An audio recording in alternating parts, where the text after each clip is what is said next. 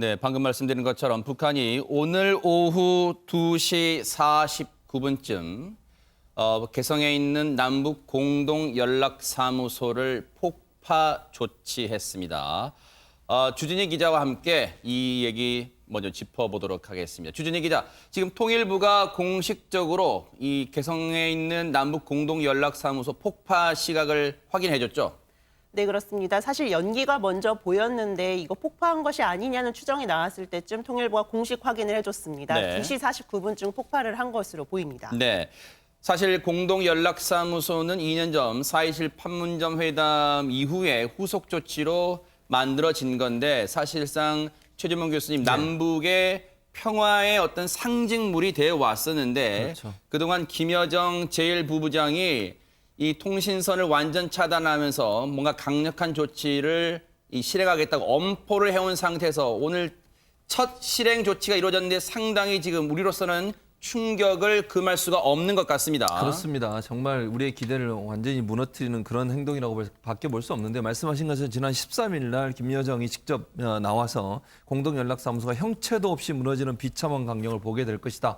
이렇게 얘기를 했었습니다. 네. 그런 경고가 실제 실행이 됐는데 예상치 못한 일이라고 보이죠. 물론 통일부는 아마 이제 예상했던 걸로 보이긴 해요. 오늘 통일부 장관의 발언을 들어보면 뭐 예상 계획된 일이었다라고 얘기한 걸 보면 아마 김여정의 저 말이 실제 실행될 것이다. 뭐 물론 그럴 수는 있습니다. 왜냐하면 북한 당국에서는 이 지도자라고 하는 김여정이나 김정은이나 뭔가 인민들한테 말을 던진 것을 실행하지 않게 되면 상당히 어려움에 처할 수 있거든요. 네. 그런 차원에서 보면 실행을 예측해 볼 수는 있을 것 같은데 그럼에도 불구하고 북한의 저런 태도가 네. 과연 한반도 평화뿐만 아니라 북한에게 도움이 될까 하는 부분에 네. 저는 상당히 회의적이고요. 북한이 지금 현재 본인들의 어려운 상황을 뚫고 나가는 방법으로 저걸 선택했다고 볼 수 있을 것 같은데 네. 도리어 본인들이 더 고립되는 상황까지 가지 않을까 그런 우려와 걱정이 되는 상황입니다.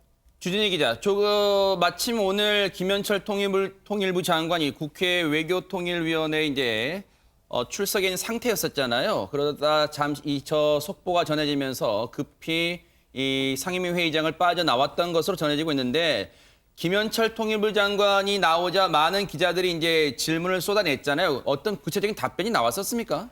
사실 김현철 장관은 아무런 답변도 하지 않고 지나갔습니다. 네. 왜냐하면 외통위가 한창 진행되고 있었을 때 기자들이 이상한 낌새를 눈치를 챘었습니다. 아하. 왜냐하면 장관이 발언하는 도중에 뒤에서 실장 인사가 어떤 쪽지를 건네는 모습이 포착이 됐거든요. 네. 사실 그런 일은 매우 흔하지 않기 때문에 네. 지금 돌고 있는 이상한 소리가 들린다는 게 사실인가 하고 있을 때쯤 이제 공식적으로 확보가 나온 겁니다. 아하.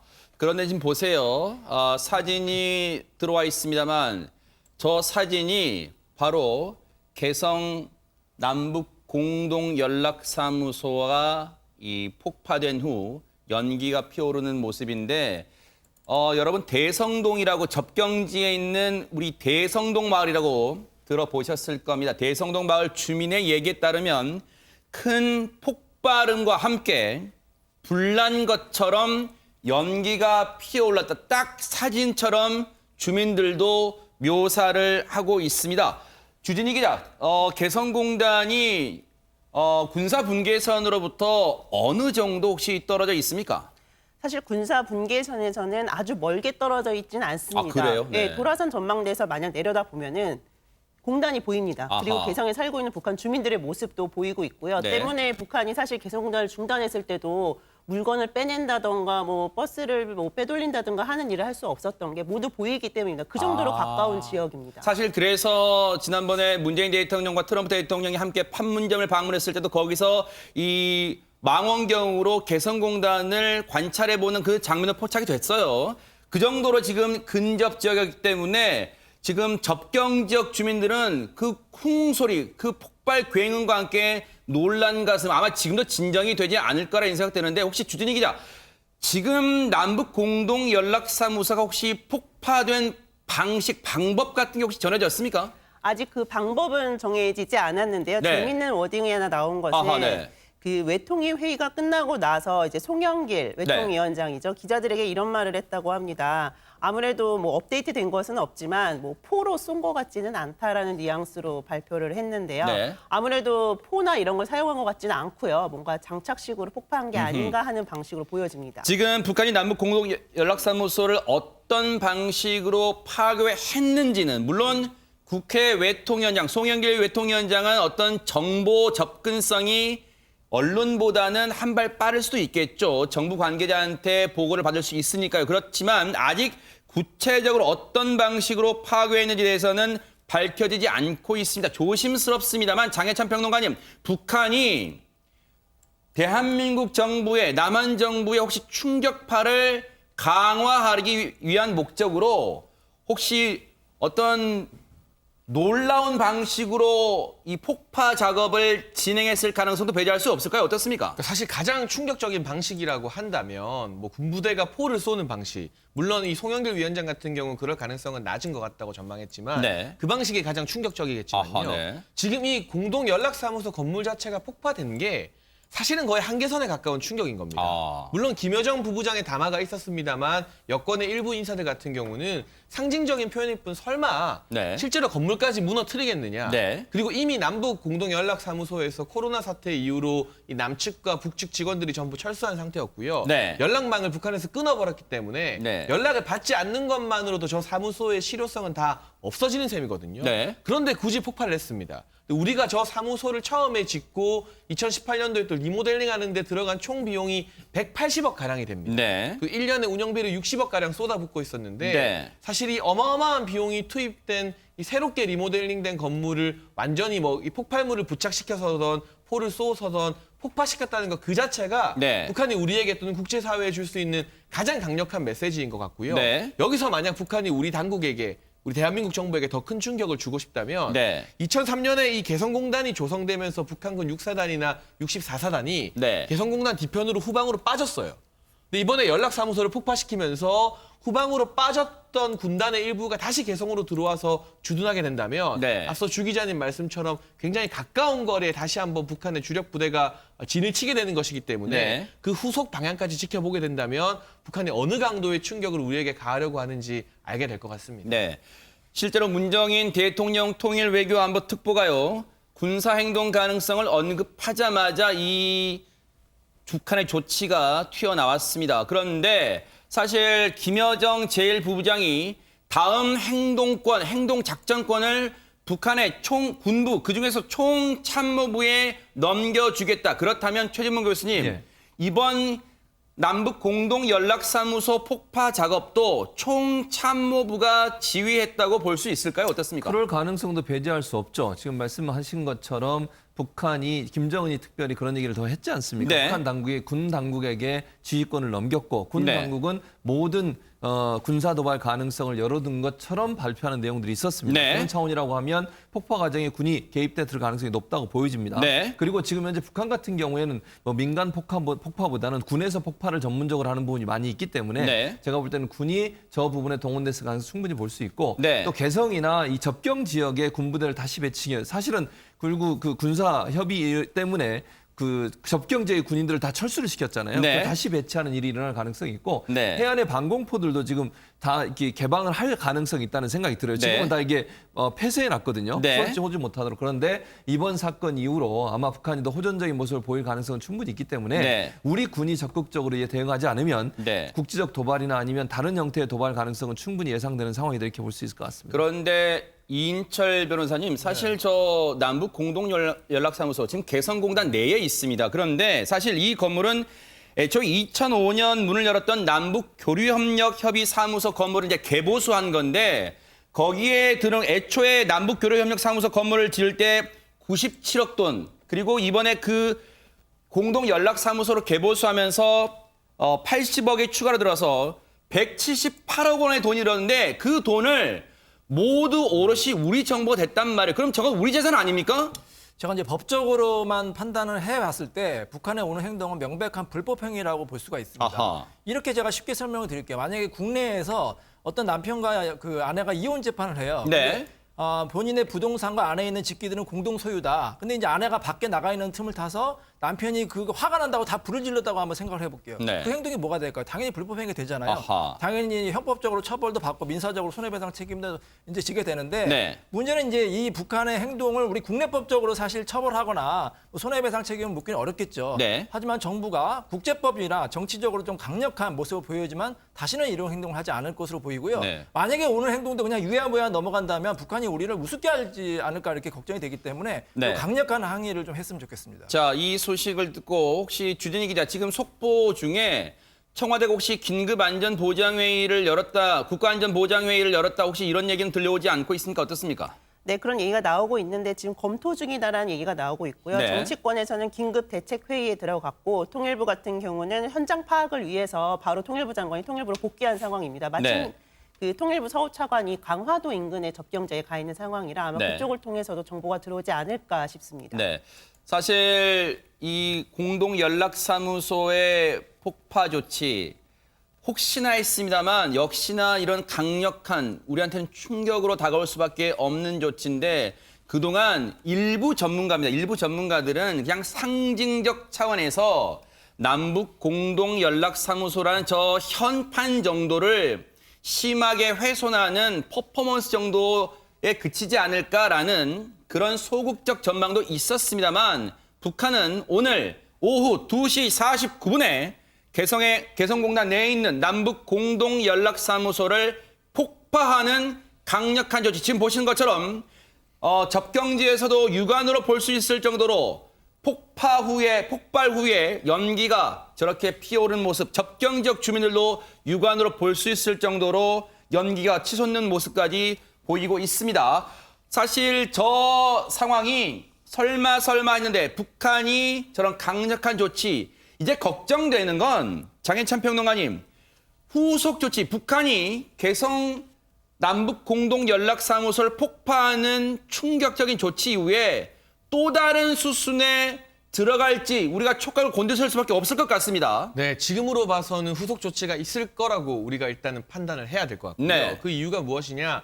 김여정 부부장의 담화에서 형체도 없을 거라고 말했는데 했던 말 그대로 이게 상징적 표현이나 어떤 정치적 수사가 아니라 문자 그대로 지금 실행을 해버렸거든요. 아하, 네. 그럼 김여정 부부장이나 또는 북한인민군 총참모본부에서 내고 있는 지금 보도가 있습니다. 네. 지금 나오고 있지만 남북 합의로 비무장화된 지역에 군대를 다시 진출해서 요새화를 하겠다고 했어요. 네. 그리고 또 한 가지 제가 우려되는 것은 우리 판문점 같은 경우도 이제 무기가 없이 남측과 북한 그렇죠. 측이 무기가 없이 어떤 평화의 지대로 조성이 되었는데 그랬죠. 네. 그 부분 같은 경우도 북한군에서 다시 한번 또 무기를 반입해서 긴장감이 조성이 될 수도 있는 것이고요. GP 같은 것들 철수했던 것들에서 얼마 전에 불의의 총격 사고가 있었습니다만 뭔가 큰 사건으로 번지진 않았습니다. 네. 그런데 이제 전방 부대에서 북한이 다시 한번 무장을 강화하게 된다면 그러한 우발적 충돌이나 우발적 도발이 이어질 우려가 충분히 있다. 네. 또 앞서 제가 말씀드린 것처럼 2003년 이후에 이 개성공단 쪽에는 북한의 군대가 주둔하지 않았어요. 공식적으로. 6사단, 64사단이 전부 다 뒤로 물러났는데 개성공단이 우리 국경 접경지와 상당히 가까운 위치인데 그곳으로 물러났던 6사단이나 64사단 같은 주력 부대가 다시 진입해서 주둔하게 된다면 그 자체로 이 휴전선 일대의 군사적 긴장감이 굉장히 높아지는 것이거든요. 어떤 우발적 무력 도발에 대한 그런 이 불안감을 현재로서는 가질 수밖에 없는 시점이고 우리 군에서도 지금 경계태세를 강화한다고 하지만 아직까지 그럼 우리도 합의했던 것을 어기고 이 평화지대, 비무장지대에 다시 우리가 무장을 할 것인가? 폭파했던 지피를 다시 세울 것인가? 이 부분에 대한 대책이 아직은 수립이 안 된 것으로 보입니다만 국민들이 불안감을 느끼지 않도록 우리 군의 대응 방안은 무엇인지 가능한 빨리 국민들에게도 또 북한 당국에게도 우리가 알려주는 조치가 필요할 네. 것으로 생각됩니다. 사실 오늘 개성공단 내에 있는 남북 공동연락사무소를 폭파한 조치만으로 남북 관계가 이제 완전히 돌이킬 수 없는 관계로 돌아섰다고 단정할 수는 없겠지만 그래도 이 조치가 2년 6개월 전 2018년 1월에 남북 관계 상황으로 시계가 거꾸로 거슬러 올라갔다는 판단을 하지 않을 수가 없습니다. 그렇습니다. 왜냐하면 북한 입장에서는 이런 점이 있는 것 같아요. 본인들이 사실 이제 북한 대북 제재가 계속되고 있잖아요. 그것만 있어도 힘들었는데 코로나 사태 이후에 중국과 북한 간의 무역이 완전히 차단이 됐습니다. 잘 아시는 것처럼 북한이 문을 완전히 걸어 닫았어요. 그러다 보니까 사실은 중국에서 물자가 안 들어오면요, 북한 자체는 운영하기가 상당히 어렵습니다. 그러니까 네. 인민들이 소위 느끼는 고통이라고 하는 것은 우리가 생각하는 것보다 훨씬 컸을 가능성이 있다는 생각이 들고, 네. 그러니까 코로나 사태 이후에 북한과 중국 사이 접경 지역에서 밀무역이 완전히 없어진 건 아니지만 거의 없어지다 보니까 네. 북한 내 불만 사항이 많아졌고 인민들의 고통이 커졌고 이런 부분들에 대한 불만을 무마하려는 의도도 첫 번째 있을 거라는 생각이 들고요. 그리고 두 번째는 뭐냐면 그 문제를 해결하기 위해서는 대북 제재가 일정 부분 풀려야 돼요. 네. 그런 상황에서 북한이 우리 정부에 계속 저런 식으로 도발을 하는 것은 결국 우리 정부로 하여금 미국을 조금 더 설득해서 본인들에게 경제적 제재를 풀 수 있는 방안들 좀 만들어 달라는 저는 의도라고 아하, 보여지거든요. 네. 그러니까 이제 군사적 도발이라고 하는 것이 군사적으로 우리를 공격하겠다는 도발의 개념보다는 제가 볼 때 경제 제재나 대북 제재가 이렇게 오래되고 있는 것에 대한 불만 이런 부분들을 우리 정부가 적극적으로 나서서 해달라고 하는 요청인 건데 네. 저는 그거는 바람직한 태도는 아니라고 봐요. 왜냐하면 우리 정부 입장도 북한이 특별한 태도 변화가 없다고 하면 미국을 설득할 수 있는 카드가 없는 겁니다. 네. 무작정 지금 북한이 아무것도 변하지 않고 있는데 우리 정부가 나서서 그럼 미국한테 뭐 제재 풀어달라고 얘기할 수 있겠습니까? 그리고 지금 미국이나 전 세계가 경제적 어려운 상황이고 코로나로 힘든 상황에서 저런 행동을 하는 것 자체가 국제사회의 지지나 또는 국제사회의 지원을 얻어내기에는 정말 부적합한 네. 그런 태도다. 그래서 저는 북한의 저런 태도는 아무것도 얻지 못하는 가운데 끝날 가능성이 있다는 생각이 듭니다. 네. 주진희 기자, 혹시 시청자분들 중에 이제 걱정하시는 분들 계실 거예요. 그래서 이제 그 부분을 좀 확인해 볼까요? 사실 남북 공동 연락사무소가 오늘 폭파되는 그런 정말 충격적인 조치가 나면서 시청자분들 중에 저곳에 혹시 우리 남측의 상주 인력들이 당시에 있진 않았나? 많은 분들이 걱정할 것 같습니다. 어떻습니까? 사실 다행히도 아직 상주 인력은 없는 것으로 파악이 되고 있습니다. 왜냐하면 코로나가 이제 확산이 되면서 우리나라 직원 혹은 한국 직원, 남측, 북측 직원 모두가 빠진 상황이었고요. 아하. 사실 하노이 북미회담 이후에는 북측 소장은 아예 출근도 안 하고 있었던 상황입니다. 아예 북측은 인원이 줄었던 상황이고 남측은 유지됐지만 코로나 때문에 그마저도 철수한 상황이기 때문에 모두 철수한 상태였군요. 그나마 정말 천만 다행입니다. 그리고 대신 연락은 전화로만 하고 있었습니다. 아하. 그렇기 때문에 인명 피해나 이런 거는 아직은 보고되지 않은 네. 상황입니다. 그나마 전화로 하던 그런 연락 조치가 사실 지난 9일이었던가요? 모든 통신선을 북한이 차단하면서 이제 북한과 연락할 길도 지금 그동안 없었는데 북한이 그동안 담화를 통해서 계속 예고해 왔던 대로 오늘 공동연락사무소에 대해서 폭파 조치라는 충격적인 조치를 단행을 했습니다. 이제 혹시 주진희 기자, 북측의 후속 충격적인 조치 중에 지금 당장 떠올려 볼 수 있는 게 혹시 금강산 관광시설 내에 있는 우리 측 시설에 대한 혹시 어떤 조치에 들어가진 않을까 상징적 차원에서요. 혹시 그런 생각도 해볼 수 있을 것 같습니다. 어떻습니까?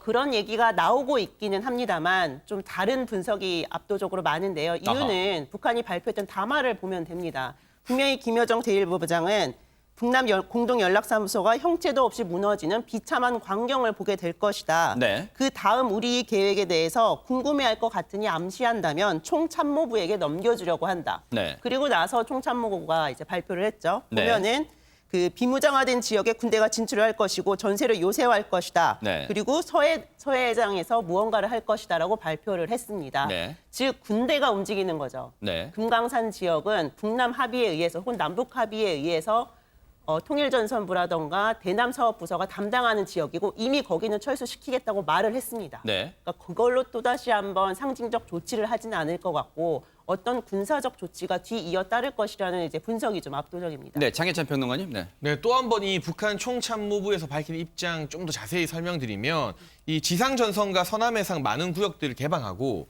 거기에 안전을 담보한 다음에 각계각층 우리 인민들의 이 대규모 대적 삐라 작업을 돕겠다는 표현이 나와요. 네. 그 말이 무엇이냐? 북한이 지금 이런 갈등을 일으키는 주요 명분 중 하나로 채택한 게 우리 측에서 뿌리고 있는 이른바 대북 전단, 삐라 때문에 최고 존엄이 모독당했다. 김정은 위원장이 모독당해서 못 참겠다는 거잖아요. 물론 이마저도 하루 이틀 일이 아닌데 어떤 핑계로 삼았다는 전문가들의 분석도 있습니다만 그에 대한 대응 행위로 군이 움직이는 것과 별개로 서해상에서 군의 호의를 받는 북한의 일반 시민들, 단체들이 나와서 우리 측을 향해서 대남 전단, 삐라를 살포하는 것 또한이 총참모부의 담화에 적혀 있기 때문에 그런 부분 또한 앞으로 강행될 그런 도발의 하나로 포함되지 않을까 싶습니다. 지금 이런 얘기들이 나올 수밖에 없을 거예요. 바로 어제입니다. 6.15 선언 20주년 맞이해서 문재인 대통령이 남북의 시기를 결코 과거로 되돌릴 수 없다고 정말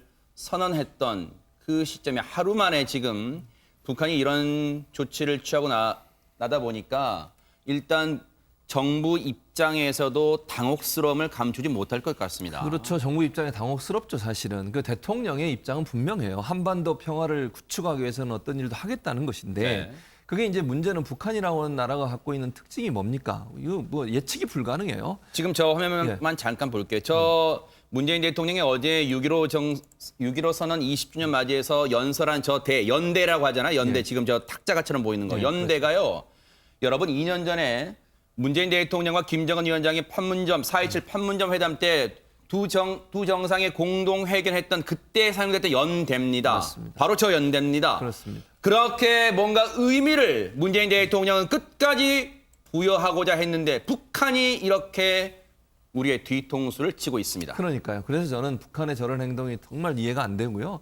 우리의 선의를 저렇게 무력으로 또는 다른 방법으로 이렇게 보여주는 모습은 절대로 동의를 얻을 수 없습니다. 저는 그렇게 생각하고 다만 우리는 한반도 평화를 위해서 끊임없이 노력해야 됩니다. 네. 대신 군사적 도발에 대한 준비도 철저히 해야 됩니다. 만약에 네. 북한이 지금 뭐 군이 나서겠다고 얘기하고 있고 뭐 전단을 뿌리겠다고 얘기하고 있고 제가 볼 때는 뭐 서해상에서 NLL을 침범하는 일이 일어날 가능성은 저는 있다고 봐요. 늘 네. 그렇게 해왔던 것처럼 네. 거기에 대해서는 단호하게 대처해야 됩니다. 우리 정부는 어떤 형태의 군사적 도발에 대해서 우리 군 당국은 철저히 대비해서 거기에 대해서는 무력으로 반드시 막아내야 되고요. 그럼에도 불구하고 우리 정부는 그렇다고 해서 우리가 적대적 관계로 계속 가는 것은 한반도 평화에 전혀 도움이 안 됩니다. 네. 그래서 우리는 유화적인 정책을 써야 되지만 그럼에도 불구하고 북한이 저런 호전적인 태도로 나왔을 때는 거기에 상응하는 조치가 반드시 필요하다고 저는 생각을 하고 네. 그런 차원에서 본다면 냉정하게 접근해야 된다. 감정 대 감정으로 접근하게 되면 절대로 문제가 해결되지 않습니다. 네. 북한은 나름대로 본인들의 얻고 싶어하는 목적, 제가 아까 말씀드린 것처럼 경제적 지원이라든지 네. 아니면 대북 제재 해제라든지 이런 부분들을 얻고 싶어 저런 행동을 하는 거지만 거기에 우리는 냉정하게 대처하면서 우리의 방식으로 접근해야 한다고 저는 생각을 하고요. 네. 끊임없이 만나서 대화하려는 노력은 계속돼야 된다. 네. 북한의 행동이 저렇게 하는 것이 결코 자기들이 원하는 걸 얻지 못한다는 걸 설득시켜야 된다고 저는 보고요. 다만 아까도 말씀드렸습니다만 북한이 만약에 군사적 도발을 해온다면 거기에 대해서는 단호하게 네. 대처해서 우리 국민의 생명과 재산을 보호하는 데 가장 앞장서야 한다. 이렇게 생각을 합니다. 전문가분 전화 연결하기 전에 하나만 확인해보고 갈게요. 앞서 주진희 기자, 최진봉 교수님 설명 중에 김현철 통일부 장관이 기자들의 질문에 오늘 폭파 조치가 예견됐던 일이었다고 말했다고 하는데 혹시 그게 지금 확인되고 있습니까? 그 발언이 어떻습니까?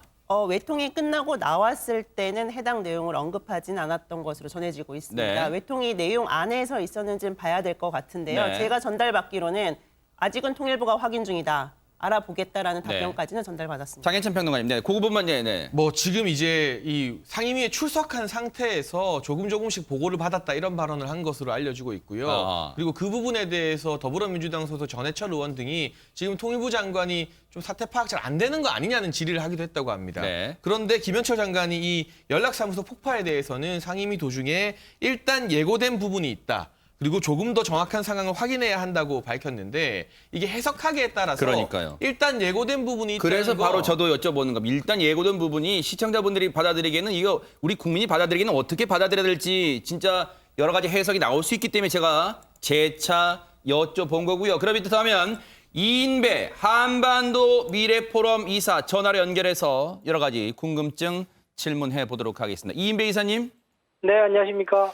먼저요. 지금 네. 언론의 보도로 이제 조금씩 나오는 것 중에 마침 오늘 폭파가 있을 즈음에 당시에 김현철 통일부 장관은 국회 외교통일위원회에 참석하고 있었는데 네. 그 회의 도중에 여야 의원들이 이 사태에 대해서 이제 질문을 하니까 네. 이미 예고된 부분이 있다 이렇게 말을 했다는 게 보도로 나오고 있어요. 물론 이건 추가적으로 더 자세한 부분은 경위는 확인해 봐야겠습니다만 네. 예고된 부분이 있었다. 이 부분은 어떻게 해석을 해야 될까요? 그거는 아마 통일부 장관은 김여정 제1부부장이 6월 13일 담화를 통해서 남북 연락사무소를 형체 없이 무너뜨릴 거라고 이야기한 적이 있었거든요. 네. 아마 그 부분을 이야기한 것 아닌가라는 생각이 듭니다. 아하. 그럼 원론적 차원이었다. 이미 김여정 부부장이 네. 담화를 통해서 밝혔던 그 내용을 네. 원론적인 차원에서 재언급했다 이렇게 좀 볼 수 있을까요? 지금으로선? 네, 그런 것 같습니다. 따로 거기에 대해서 징후가 있거나 그것을 포착한 것 같지는 않고 네. 이미 그런 수순을 김여정 제1부부장이 이야기한 거니까 네. 어떤 식으로든지 남북 연락사무소에 대한 조치는 있을 거다고 생각했던 것을 이야기한 거다. 그러니까 실시간으로 모니터링 한 건 아닌 것 같다라는 생각이 저는 드는 거죠. 아하. 우리 국민의 걱정은 여기에 있을 것 같습니다. 물론 오늘 있었던 남북 공동연락사무소 폭파 조치도 충격으로 다가옵니다만 후속 조치로 네. 있을 북한의 저 도발이 무엇일지에도 국민들의 걱정이 클 것 같습니다. 네, 그렇습니다. 사실은 이번에 남북 연락 공동사무소를 폭파한 것은 굉장히 상징적인 조치죠. 뭐냐면은 2018년부터 시작했던 남북 간의 협의가 대화가 상징적으로 나타나는 연락사무소인데 이것을 폭파시킴으로 인해 가지고 북한으로서는 남북한 간에 더 이상의 대화나 협상은 없을 거다라는 것을 보여준 겁니다. 네. 이거는 제가 그냥 해석하는 것이 아니라 네. 정검철 통전부장이 이야기했죠. 이제는 정말 남한 당국하고는 만나고 싶지 않다라고 이야기했고, 그걸 김여정 부부장도 이 통전부장의 이야기를 전적으로 공감한다라고 이야기했거든요. 그렇게 본다면 일단 남한과 북한 간의 대화는 당분간 는 없을 거다. 당분간이라는 것이 꽤 길 거라고 생각이 드는데 없을 거다라는 건 첫 번째고요. 네. 두 번째, 과연 앞으로 어떤 조치가 있을 것인가. 이미 벌써 밝힌 것처럼 일련의 조치들을 통해서 남한 당국이 골치 아프게 만들겠다라고 이야기를 했거든요. 네. 제일 먼저 나오는 것이 이제 전단물 북한으로 뿌리겠다. 두 번째로는 지금 판문점 지역에 비무장지대에서 북한 군을 투입하겠다. 그 다음에 이제 있어야 될 것이 이제 그러면 자연스럽게 9.19 남북 군사 합의 자체가 무시화되는 거죠. 네. 그렇게 된다 그러면은 NLL 서해에서의 도발이든 여러 가지 군사적 조치들, 위협 조치들이 있을 가능성이 있다. 이미 벌써 지난해에 창린도에서 김정은 위원장이 가서 발사 시험을 해안포 발사 시험을 해놔서 이미 벌써 위협할 수 있는 시스템은 다 갖춰놓은 상태거든요. 그렇다 그러면은 서해에서도 굉장히 위협 조치가 있을 수 있다라는 생각이 드는 거고, 네. 또 장기적으로 본다 그러면 ICM이든 SLBM이든 여러 가지 조치들도 있을 수 있다라는 생각이 듭니다. 이인배 이사님의 말씀 도중에요. 지금 속보로 청와대가 네. 오후 5시에 국가안전보장회의 NSC 회의를 긴급 소집한다는 속보가 들어왔는데요. 네. 청와대 입장에서는 지금 단계에서 북한을 향해 어떤 발언을 할 수가 있을까요? 어제 사실은 대통령께서 하실 말씀은 다 하셨죠. 어떠한 상황이든지 간에 우리는 남북 간의 협력 입장을 가지고 진전시켜 나가겠다라고 이야기한 바가 있어서 그걸 대물리고는 하지는 않을 겁니다. 현실화되어 있는 여러 가지 오늘 그런 아픈 일들이 있었지만 그럴지라도 되돌리기는 어려운 상황이라서 대통령은 앞으로 갈 거다. 그러나 그 상황들이 현재 상황을 해결하기는 또한 또 한계가 있을 수밖에 없다. 네. 이것이 지금 대통령으로서는 굉장히 아프고 힘든 상황인 거죠. 이래저래 할 수도 없는 네. 상황이다. 그런 상황인 거죠. 자, 그런데 이사님. 네. 북한이 오늘 남북 공동연락사무소 폭파에만 그칠 게 아니라고 우리가 네. 합리적으로 추정해 볼 수 있는 게 북한이 어제 그렇습니다. 노동신문 사설에서 네. 끝장을 볼 때까지 연속적인 행동으로 보복할 것이다. 이런 그렇습니다. 해설을 달았습니다. 그렇다면 네, 그렇습니다. 네. 어떤 정말 우리로서는 우려할 수밖에 없는데 어떤 후속 조치가 잇따를 네. 것으로 추가적으로 나올 것으로 조심스럽게 전망해 볼 수 있을까요? 네, 일단 제가 그 부분에 굉장히 조심스럽고 어려운 부분은 뭐냐면 네. 북한이 사실은 독재 공산주의 체제가 그렇게 창조적으로 정책을 내오거나 하진 않습니다. 아하. 아시는 바처럼 연말에 새로운 길을 가겠다 해놓고도 새로운 길도 새로 내오질 않을 정도로 그렇죠. 창조적으로 뭐를 만들지는 않거든요. 네. 그런데 이 북한이 유독 굉장히 역발상을 하거나 굉장히 우리가 허를 찌르는 일을 한 것이 한국에 대해서 어떤 여러 가지 어려운 조치, 아픈 조치를 하게 될 때 보면 굉장히 그 새로운 우리가 생각지도 못했던 그런 조치를 해 왔었거든요. 네. 그 뭐 천안함부터 시작해서 곧바로 있었던 뭐 디도스 공격도 그렇고 처음 생각지도 못했던 것들을 계속 해 와서 아마도 이번에도 어쩌면 우리가 생각지도 못한 어떠한 도발이 있을 수도 있다라는 생각이 들어서 오히려 마음이 무겁고 어렵습니다. 물론 일각에서 예측하고 있는 전문가들이 예측하고 있는 여러 가지 조치들 NLL 상에서의 어떠한 군사적인 위협 조치 아니면은 그 군사 분계선 내에서의 어떠한 그 위협 조치들 뭐 등등을 이야기하고는 있습니다만 오히려 그런 뻔한 조치 이상의 우리 허를 찌르는 조치가 있을 수도 있다라는 생각이 들어서 오히려 더 좀 마음이 불편한 부분입니다. 네. 이런 가운데 앞서 이인배 이사님 말씀처럼 북한은 사실 럭비공처럼 어떤 행동을 할지 사실 예견하기 힘들잖아요. 그런 그렇습니다. 점에서 북한의 도발 시나리오, 물론 많은 전문가들의 분석이 다 적중할 거라고 보지는 않습니다만 네. 여러 가지 내놓는 시나리오 중에 네. 대남 도발 시나리오 중에 요인 암살이 있을 수도 있다. 이런 네. 전망이 조심스럽게 나오고 있고 실제로 네.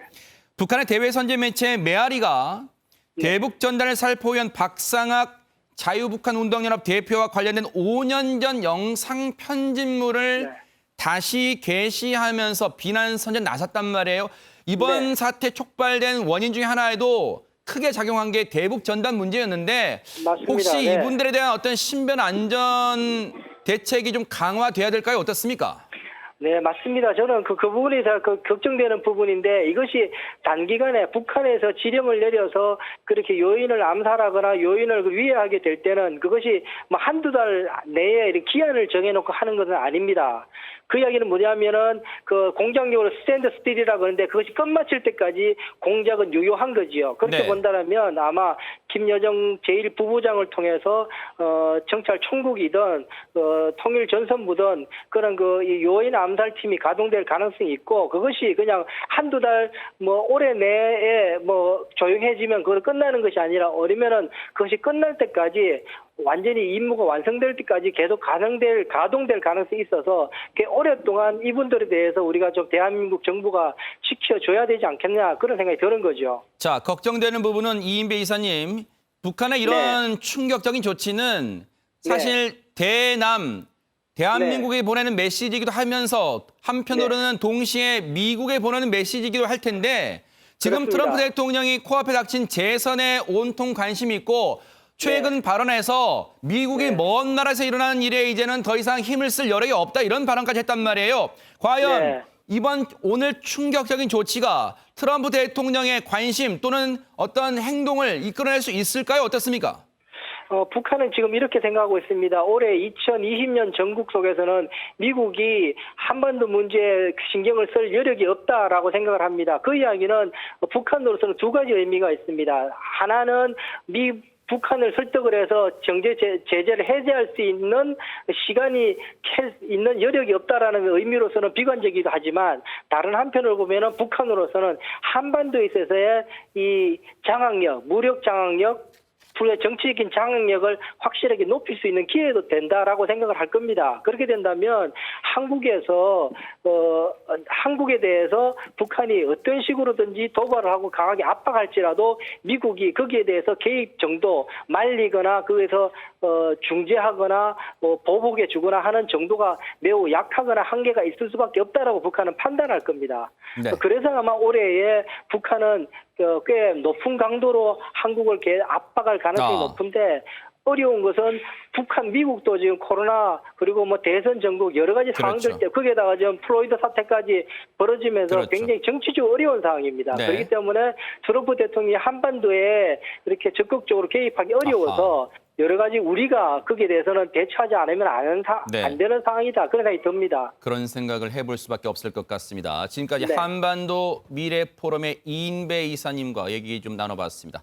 이인배 이사님 바쁜 시간 내주셔서 고맙습니다. 네, 고맙습니다. 네. 지금 여러 가지 얘기 나눠봤습니다만 사실 미국도 과연 물론 예의주시하고는 있겠습니다만 과연 어떤 행동에 나서기는 쉽지 않은 국면이다 이런 얘기를 전해주셨습니다. 전문가분이. 그런데 지금 이 순간에 혹시 주진희 기자 속보로 들어온 내용을 좀 정리해 볼까요? 네, 지금 아마 인터뷰하실 내내 들어왔던 속보 내용인데요. 네. NSC가 오후 5시, 그러니까 앞으로 6분 후에 열릴 네, 예정이고요. 이제 얼마 안 남았어요. 네. 네, 그렇습니다. 아마 통일부 장관이라다 강경화 장관 모두가 참석을 할 것 같고요. 네. 그다음에 군 같은 경우는 경계태세를 강화했다고 합니다. 지금 어떤 일이 벌어질지 모르는 상황이기 때문에 경계태세를 강화하고 있고요. 그리고 이런 일이 일었을 경우에는 아무래도 위성이나 탐지 장치를 통해 가지고 차량의 이동이라던가 혹은 뭐 잇따르는 이상 징후를 파악할 수 있기 때문에 그거에 대한 뭐 감시 태세도 강화한 것으로 알고 있습니다. 혹시 물론 조심스럽습니다. 그리고 아직은 앞서 나간 질문일 수도 있겠습니다만 장해찬 평론가님, 사실 4.27 판문점 회담 그리고 9.19 평양선언 이후에 남북의 해병 무드가 오면서 접경 지역에 군사 분계선에 있던 GP를 남북이 서로 다 철거했잖아요. 그리고 상징적으로 하나씩만 남겨두었습니다. 접경 지역에 있는 주민들 이 불안감은 혹시 무슨 일 발생할 수도 있는 거 아니야? 이런 불안감이 엄습해 올 것 같다 이런 생각도 해봅니다. 네, 사실 앞서도 저희가 여러 가능성을 말씀드렸지만 특히나 이 군사 분계선에 지금 철수했던 어떤 무장 세력, 무장 지대를 북한이 다시 복귀하겠다는 것을 이 군 총참모부에서 암시하고 있지 않습니까? 네. 그러면 철거했던 GP뿐만이 아니라 뭐 판문점 지대 등 여러 비무장화된 지역이 다시 무장화가 될 수 있어요. 네. 이때 가장 중요한 것이 북한의 도발이 어떻게 보면 이 사소한 도발에서 시작돼서 아주 큰 사태로 걷잡을 수 없이 번지는 것을 우리가 막아야 되는데 네. 그러기 위해서는 제가 봤을 때 오늘의 이 연락사무소 폭파 같은 사건에 대해서 우리 측에서 강력하게 항의의 뜻을 표하고 만에 하나라도 추가적인 무력 도발이 있을 때 우리도 묵과하지 않겠다는 명시적인 사인을 확실하게 보내야만 이런 추가적인 국지 도발이 큰 도발로 번지는 것을 막을 수 있지 않을까. 네. 지금처럼 북한이 우리를 상대로 지금 김여정 부부장 다만 3일 만에 이 170억짜리 건물을 무너뜨린 거거든요. 아. 국민 세금이 들어간.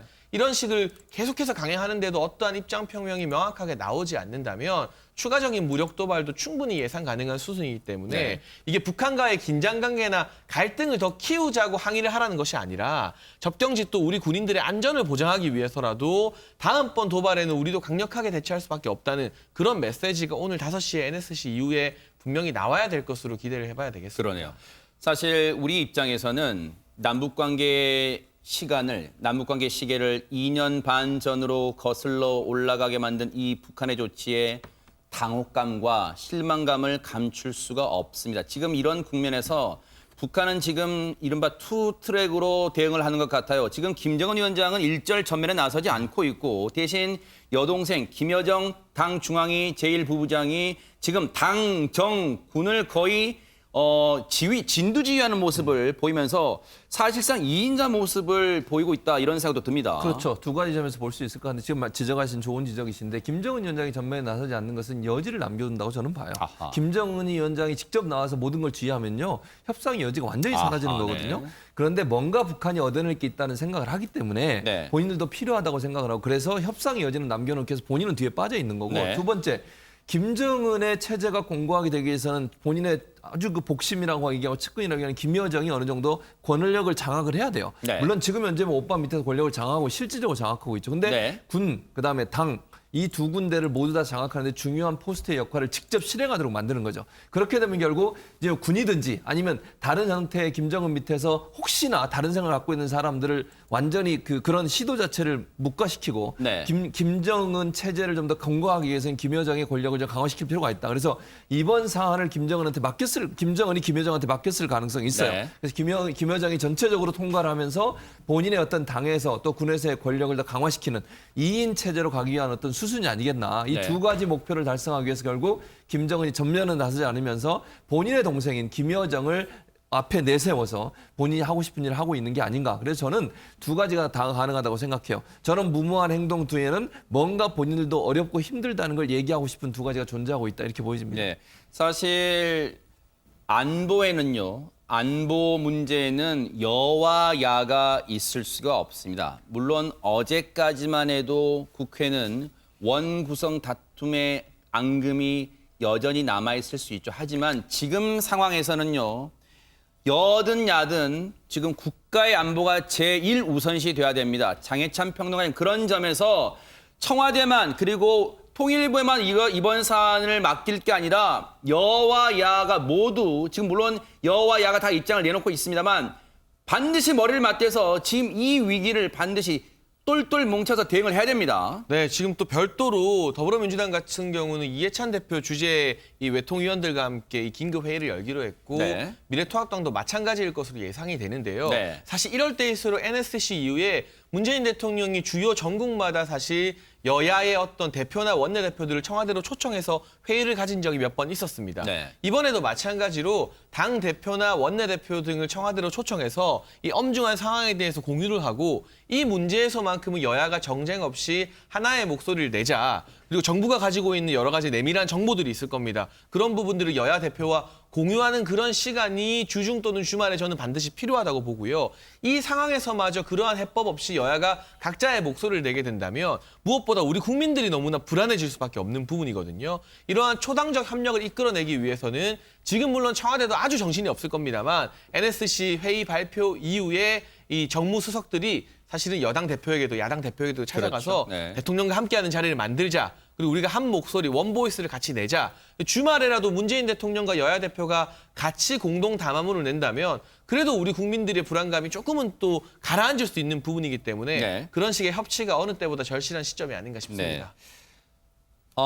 앞서 말씀드린 것처럼 청와대는 5시에 이제 5시가 조금 넘었습니다. NSC가 소집이 됐을 것으로 생각이 되고요. 청와대 NSC 이후에 우리의 정부 입장이 나오겠죠. 뿐만 아니라 여야가 일치된 목소리로 대북, 북한에 강력하게 준엄하게 경고를 해야 됩니다. 여기에는 여와 야가 있을 수가 없습니다. 반드시 우리의 일치된 단결된 힘을 보여주기를 기대를 해보고요. 자, 이 소식은 이어지는 뉴스와이드와 그리고 MBN의 정통 종합뉴스에서 더 자세히 짚어드리도록 하겠습니다. 국내 사건 사고 소식 짚어보도록 하겠습니다. 아침부터 주민들을 공포에 떨게 하는 사건이 있었습니다. 김기혁 아나운서. 네, 가장 안전해야 할 나의 집 앞 그리고 나의 아이가 다니는 길에서 이런 일이 벌어졌습니다. 해당 영상을 먼저 보시겠습니다. 네, 상의를 풀어헤친 한 남성이 이 상가 주변을 어슬렁 거리는데요. 아유. 주변에 있던 가판대도 만지고 이 앞에서 가판대를 지금 만지는 모습이고요. 옷을 막 풀어 헤쳤어요, 지금. 예, 아이고, 앞에 네. 쌓인 물건을 그냥 아무렇지 않게 그냥 손으로 만집니다. 그리고 지나가는 행인한테 삿대질을 하면서 욕까지 뱉어내는데요. 네. 이 남성의 손에는 그리고 또 어마무시한 것이 들려 있었습니다. 네. 아니 근데 주변에서 제지를 못하고 그냥 속수무책으로 바라만 보고 있네요. 장해찬 평론가님. 사실 이 만취한 취객이 저렇게 다니면 주변에서 제지하기 힘들거든요. 그런데 저 50대 남성 같은 경우는 손에 든 모자이크된 것 바로 흉기였습니다. 아하. 대낮에 흉기를 들고 저렇게 난동을 부린 겁니다. 네. 상가 가판대에서도 시비를 걸기도 했고요. 이게 지난 9일 이 노원구의 한 아파트 단지에서의 어허. 모습인데 네. 그런데 저 장면 이후에 아이를 유치원에 데려다주고 돌아오는 한 여성에게 어허. 위협을 하고 욕설을 가하면서 흉기를 참 들고 있는 것만으로도 그 여성 입장에서는 그러니까요. 얼마나 놀라겠어요. 네. 그래서 그 여성이 경찰에 신고를 하게 네. 되었습니다. 아니 근데 혹시 저 사람은 9일 오전입니다. 아침 시간대 저렇게 비틀비틀 이미 알코올 중독일까요? 오전에 저렇게 만취해 있어요, 지금. 그럴 가능성이 높다고 보여져요. 지금 말씀하신 것처럼 아침부터 술에 취해 있는 상태거든요. 저분이 원래 같이 살던 아내와 별거하고 지금 혼자 살고 있는 것으로 알려지고 있고요. 인근 주민들의 말에 따르면 늘 저렇게 술이 취해서 돌아다녔다고 합니다. 그리고 여성을 흉기로 위협하는 뭐 이런 일도 아하. 있었고요. 그리고 슈퍼 주인의 말에 따르면 매일같이 술을 사갔다고 해요. 네. 그 말은 결국 알코올에 중독됐을 가능성을 우리가 예측해 볼 수 있을 것 같습니다. 네. 아침부터 저렇게 술에 취해 있다고 하면 네. 거의 매일 술에 계속 취해서 행동을 하고 있는 상황이 아니겠나 이렇게 볼 네. 수 있을 것 같습니다. 그 가정도 그 가정 생활도 제대로 돌아가지 않았을 것 같다 이런 생각도 해볼 수 있을 것 같고요. 앞서 말씀드린 것처럼 더 화들짝 놀랄 수밖에 없었던 게 근처에 학교가 있었다면서요, 안진용 기자님? 네, 사건이 벌어진 현장이요. 아파트 주거지에서는 200m 정도 떨어졌었는데 이 근처에 바로 어린이 놀이터 그리고 초등학교가 두 곳이나 있었습니다. 아하. 그리고 이 사건이 벌어진 시간대가 오전이잖아요. 등교 시간대랑 겹친다는 거예요. 아이고. 그래서 등교길 아이들이 피해를 입을 수도 있는 상황이었거든요. 그러니까요. 그래서 이 주민들과 학부모들은 놀란 가슴을 쓸어내릴 수밖에 없었습니다. 그러네요. 당시 목격하신 분 이야기를 들어보시고 이어가 보도록 하겠습니다. 학생들도 등교를 하는데 이렇게 해가지고 놀래가지고 112에 신고를 했습니다. 특히 그 여자분들한테 더 심하게 욕해요. 자, 그런데 저렇게 난동 지나가는 행인들한테 거의 삿대질도 하고요. 지금 위협을 가했는데 혹시 다치신 분들은 없을까요? 이인철 변호사님.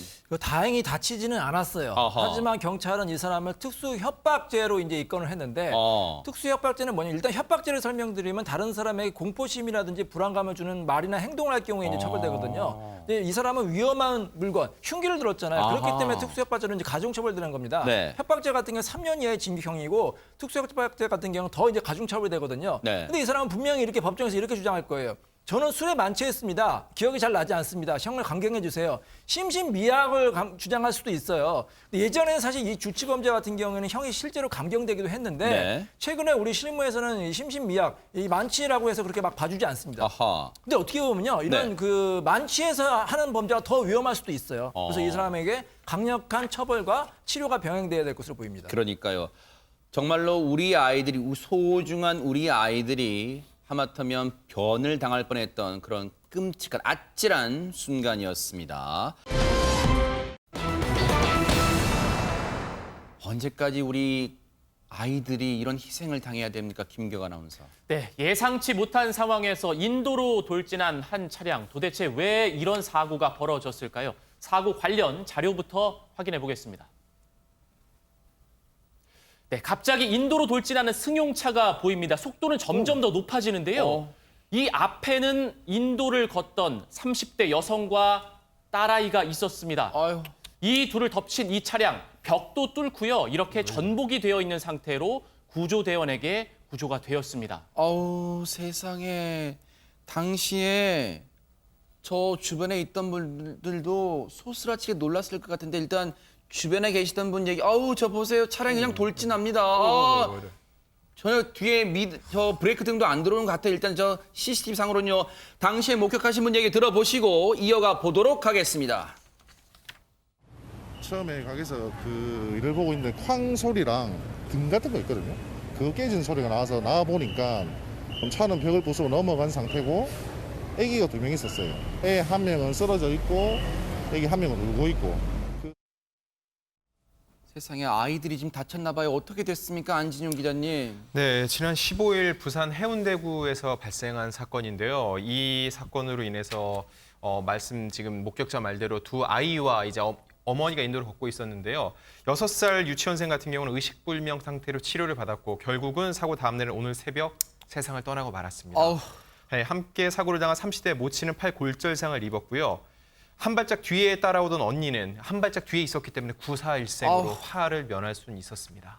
아니 근데 대체 저 차량은 어쩌다가 저렇게 된 거예요, 김기혁 아나운서? 네, 저희가 앞서 봤던 영상에는 갑자기 승용차가 속도를 높이는 모습만 봤습니다. 네. 그 전에 상황이 있었는데요. 아하. 네, 해당 영상을 먼저 보시겠습니다. 네. 네, 한 SUV 차량이 중앙선을 넘어서 좌회전을 하면서 이 해당 승용차를 저 들이받습니다. 상황은요, 네. 그리고 나서 왜인지 모르게 갑자기 급발진을 하는 듯한 모습으로 인도로 돌진을 한 겁니다. 그러니까 먼저 이 SUV와 승용차의 충돌이 일어났고 네. 그렇다면 이제 지금 저렇게 브레이크를 부딪히네요. 지금 제가 예, 측면에서 예, 부딪혔고. 예, 부딪혔고 갑자기 속도를 내고서 달려가게 된 겁니다.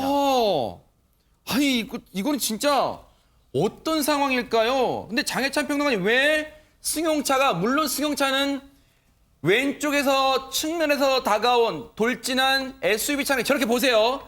들이받쳤습니다만 그 후에 왜 멈추지 않고 곧장 직진을 했을까요? 이해되지 않습니다. 그러니까 지금 현재 해당 이 승용차 운전자는 1차 추돌, 그러니까 SUV와 추돌한 이후의 상황이 기억이 나지 않는다고 진술을 하고 있거든요. 경찰에서는 정확한 사고 원인 파악하기 위해서 이 사고 차량의 블랙박스 영상을 확보해서 국가수에 의뢰를 했다고 하는데 두 가지 가능성이 있을 수 있을 것 같아요. 첫 번째는 1차 추돌로 잠시나마 순간적으로 의식을 잃었을 경우입니다. 그러니까 엑셀을 밟은 상태에서 순간적으로 충격이 강해서 그랬을 수 있겠죠. 의식을 잃게 되면 그냥 몸은 아무 기억 없이 쭉 엑셀을 밟았을 가능성도 한 가지 염두에 왜냐면 볼 수 있고요. 운전 속도이 들이받쳤잖아요. 그렇죠. 아하. 그리고 두 번째 가능성 같은 경우는 너무 놀라서 패닉 상태에 빠졌을 때 브레이크를 밟아야 되는데 오히려 엑셀을 잘못 쭉 밟는 경우가 교통사고 사례에서 왕왕 있거든요. 그 가능성도 한번 염두에 봐야 되는데 어떤 가능성 때문에 어떤 이유 때문에 저렇게 속력을 내고 쭉 달려가서 추돌했는지에 따라 이 승용차 운전자의 여러 가해 여부도 좀 다르게 판결이 날 것 같습니다. 경찰은 저 상황에 대해서 어떻게 지금 조사를 벌이고 있을까요? 관련 얘기 들어보시고 이어가 보도록 하겠습니다. 그러니까 운전자가 지금 기억을 못합니다. 자기 엑셀레이터를 밟았는지 브레이크를 밟았는지 그 위반해서 가려고 했죠. 아니면 유턴해가 내려와야 되니까 위반을 하려고 한 겁니다. 또 종합적으로 고려하고 있습니다. 그거는 뭐 단독으로 좀 판단하기 좀 어려워서. 물론 저 부분도 아직 이 단언할 수 있는 부분은 아니지만 경찰도 조심스럽게 일단은 접근하고 있어요. 근데 다만 저 상황에서 지금 저 돌진했던 SUV 차량에 의해서 운전 속적을 들이받친 이후에 인도로 돌진했던 저 차량의 내부 블랙박스를 면밀하게 보고 나서야 뭔가 이제 좀 확실하게 얘기를 할 수 있을 것 같은데 이인철 변호사님 지금 예. 보실 때는 어떻습니까, 상황이? 그러면 이렇게 되는 거예요. 지금 SUV 차량이 이렇게 있는데 이 SUV 차량은 명백하게 과실이 있습니다. 중앙선 침범했잖아요. 그래가지고 지금 수용차를 이렇게 부딪힌 거예요. 네. 그래서 이 수용차가 이제 사람을 친 건데 이 수용차 운전자가 어떤 고의 과실이 있는지를 판단해야 됩니다. 과속을 했는지 아니면 브레이크를 밟았는지 악셀레터를 본인이 정말 정신을 잃어가지고 1차 사고 때문에 어쩔 수 없는 불가항력 때문에 사고가 났으면 사실 수용차 운전자에게 책임을 묻기 어렵겠죠. 네. 하지만 수용차 운전자가 정신을 똑바로 차렸는데 본인의 과실로 사고를 냈으면 수용차 운전자에게도 책임을 물을 수 있을 것으로 보입니다. 일단 저 사고 현장을 비추고 있는 CCTV 상으로 보면 저 인도로 돌진했던 저 차량의 브레이크 등은 들어오지 않는 상태인 것으로 지금 판단이 됩니다. 왜냐하면 빨간색 등이 들어오지는 않았어요. 관련해서요. 교통사고 전문 이 변호사이시죠. 한문철 변호사는 어떻게 보고 있을지 한번 들어보시고 이어가 보도록 하겠습니다. 이 사건에 민식이법이 적용된다면 중앙선을 넘어서 불법 좌회전을 하려던 SUV 차량 때문에 일어난 사고죠. 승용차는 순간적으로 당황해서 브레이크랑 가속 페달을 헷갈릴 수도 있고요. 또 순간적으로 정신이 없어서 몸이 경련이 일어나고 경직이 돼서 그래서 가속 페달을 밟을 수도 있기 때문에 그 승용차 운전자를 처벌하는 것은 만만치 않아 보입니다. 주된 원인을 제공했던 SUV 차량의 운전자가 처벌 대상일 것으로 여겨집니다. 근데 사실 시청자분들 중에 그런 생각 많이 하실 거예요. 책임 소재는 나중에 법적이나 경찰 수사 통해서 명명백백히 밝힐 수 있다고 쳐요. 그런데 세상에 정말 우리 소중한 아이의 목숨은 누구 책임 소재를 밝힌다고 해서 돌아올 수가 없잖아요. 거기다 저기가 스쿨존입니다. 어린이 보호구역이란 말이에요. 그렇죠. 학교 정문에서 10m 떨어진 장소예요. 그러면 저 아이를 데리고 가는 엄마 입장에서는 저기에서 설마 이렇게 빠른 속도로 자동차가 달려올 거라고 생각이나 했겠습니까? 날벼락이죠. 말은 안 해 날벼락입니다. 아이를 데리고 가다가 아이가 자기가 보는 앞에서 아이가 그렇게 다쳤으니 이 엄마는 얼마나 죄책감이 시달리겠습니까? 본인도 몸이 아파서 누워있지만 제가 볼 때는요. 매일매일 울 겁니다. 자기 아이를 생각하면 내가 그 아이를 지키지 못했던 그 죄책감 때문에 얼마나 가슴이 아프겠습니까? 네. 자기 눈앞에서 그런 일이 벌어졌다니까 저런 일이 되고 물론 여러 가지 정황상 지금 현재 승용차 운전자가 어떤 상태인지 모르기 때문에 제가 뭐라고 말씀 못 드리겠습니다만 지금까지 여러 가지 스쿨존에서 뭐 처벌하는 문제 가지고 논란이 많은데요. 저래서 저는 해야 된다고 봐요. 스쿨존은 누구든 속도를 줄이는 이런 법적 제도 장치가 없다고 하면 세상에. 어린 생명들이 또 이렇게 불의의 사고로 다치는 일이 없지 않을까 이런 생각이 듭니다. 사실 그래서 이미 오래전부터 제기가 됐습니다만 스쿨존 이 주변에 시설은요.